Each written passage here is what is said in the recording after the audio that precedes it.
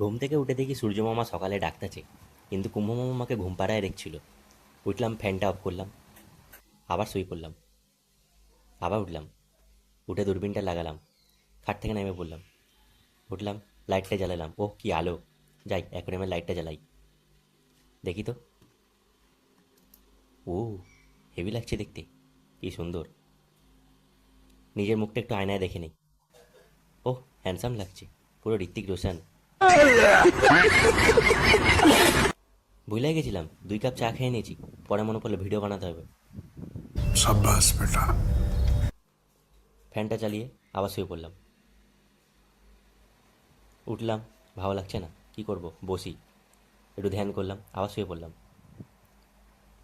আবার উঠলাম, ভালো লাগছে না, এবার একটু অন্য স্টাইলে শুতে হবে। বাইক নিয়ে বেরিয়ে পড়লাম, বন্ধু এসেছিল, ওকে বললাম একটু ভিডিও কর, আমার পত্রিকায় এটা পোস্ট করব।